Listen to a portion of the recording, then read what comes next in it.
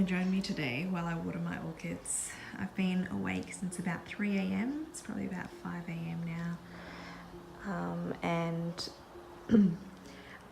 I have to admit that this is a little bit more of a therapeutic video for me because my little Sebastian, my dog's died yesterday.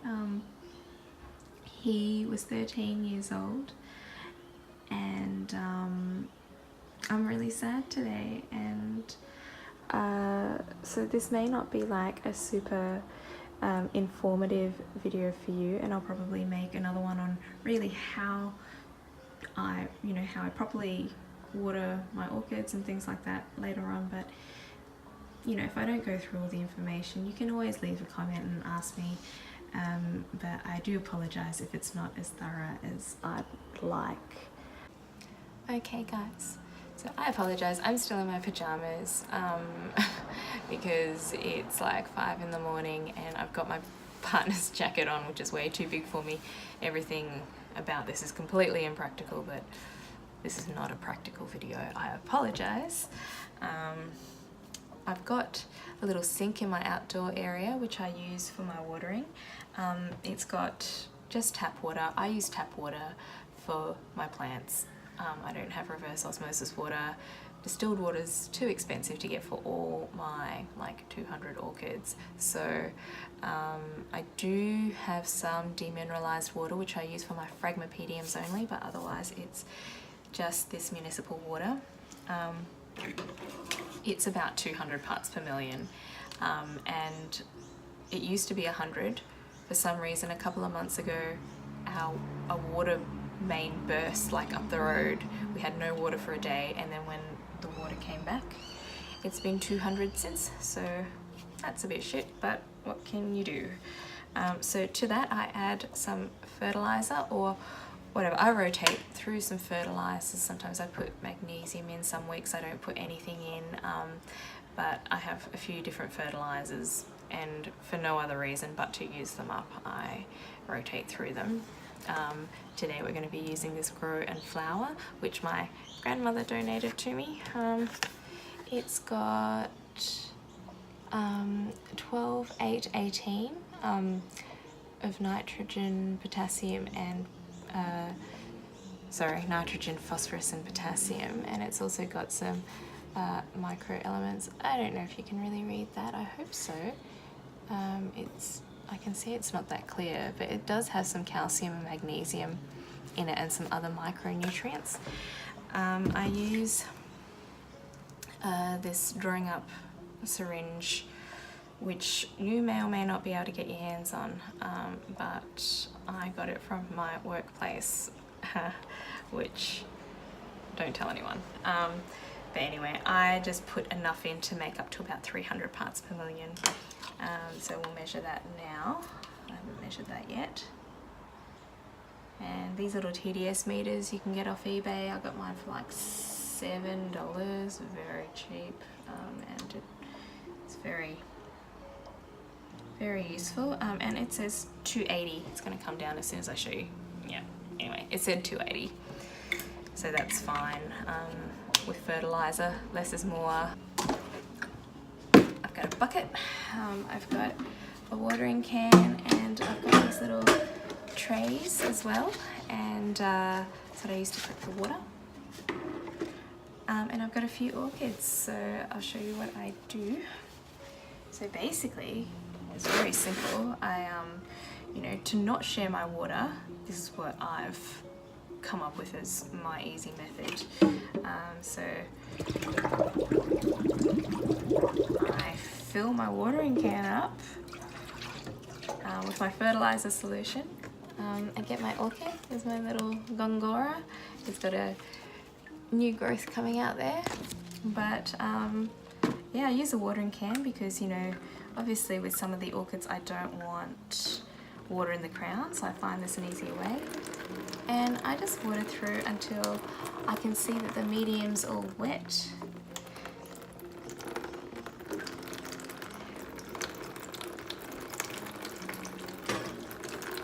So I place it on the tray, let the water collect, and I put it on my outdoor table that's over there, and I let all the orchids sit there for about 10 minutes and I'll drain it off and put it back. And that's it, really.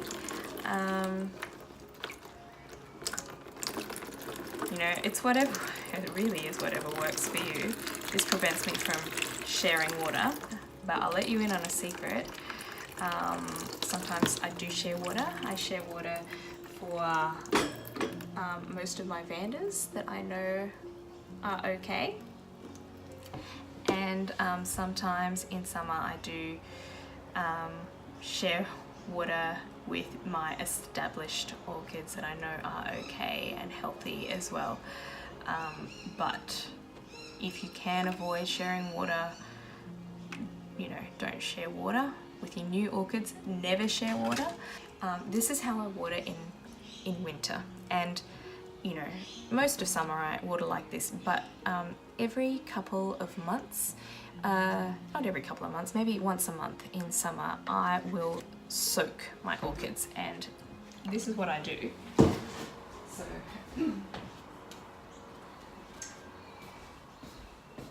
some of the orchids are in decorative pots. Some of my decorative pots have holes in the bottom, but this one doesn't, and this is what I'll do for some of them. But I will fill the decorative pot up with water until it reaches the level of the rim, and I'll let it soak for about 10 minutes. Now, I don't have 200 decorative pots, so sometimes I will fill, I've got like a large plastic tray, and I stick it in the shower and I fill it up with, you know, lukewarm water like this, and a bit of fertilizer, and I'll put my safe orchids into that water. So they are sharing water, and I'll let them soak for 10 minutes. And I do this in summer because, you know, it soaks the bark, it soaks all the medium that it can, and it stays watered for longer.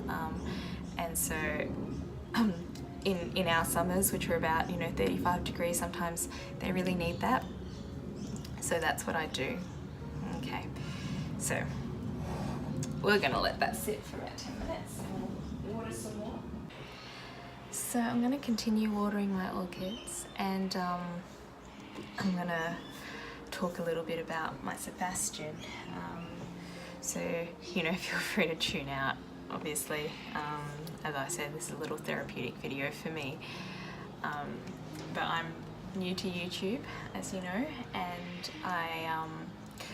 about 10 years ago, I posted my first YouTube video, which is, you know, just a standalone video of my dog Sebastian, and he was singing. And when I started making these videos, I discovered he's got like 52,000 views or something,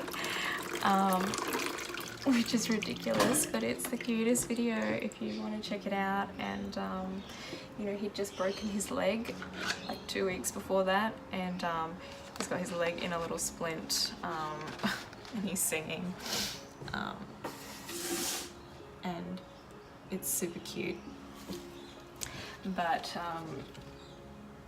I think in regards to loss, everyone deals with loss differently, obviously, and there's different types of loss and different levels of it.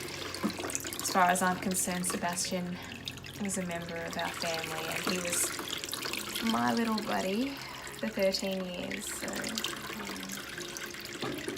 it's a really sad time for me.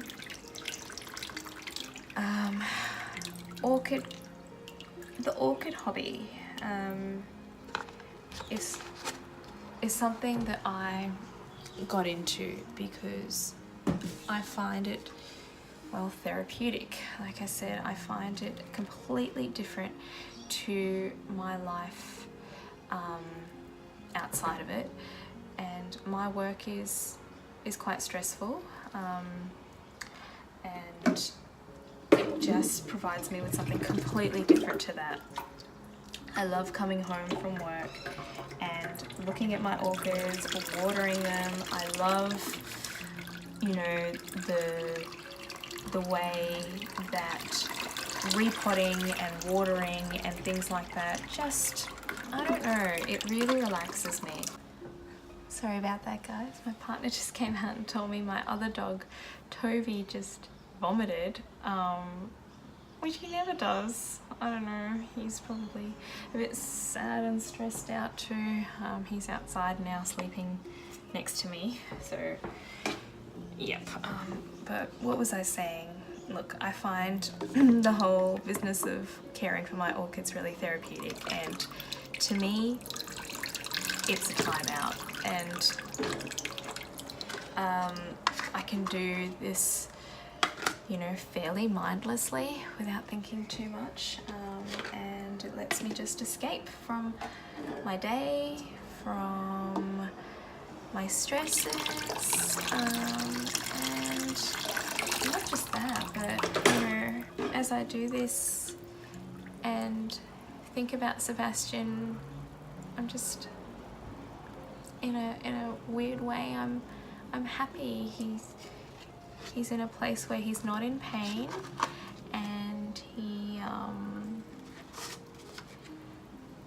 you know, it was just his time, and we have so many wonderful memories together. You should use these hobbies and use these to help you deal with things, you know, to help you get through the tough times in life, and don't let anyone tell you differently. You do this for yourself. Everyone needs a part of their life that is just dedicated to their own enjoyment and themselves. So that's my little point on orchid growing. And so 2 things before I leave you today. One is that my Rhynchostylis gigantea is in bloom, and it is pretty stunning, so I have to show you these blooms. I will do a proper video probably next month, my orchids in bloom, but like holy moly, that is just so pretty. And the second thing I wanted to share with you was my little Toby. He's a little Boston Terrier, and he's going through the grief with us, and obviously he's not doing so well this morning, but I just wanted to share him with you guys as well. I'm sorry for this sad video. I hope you still got something out of it, and I'll see you guys next time.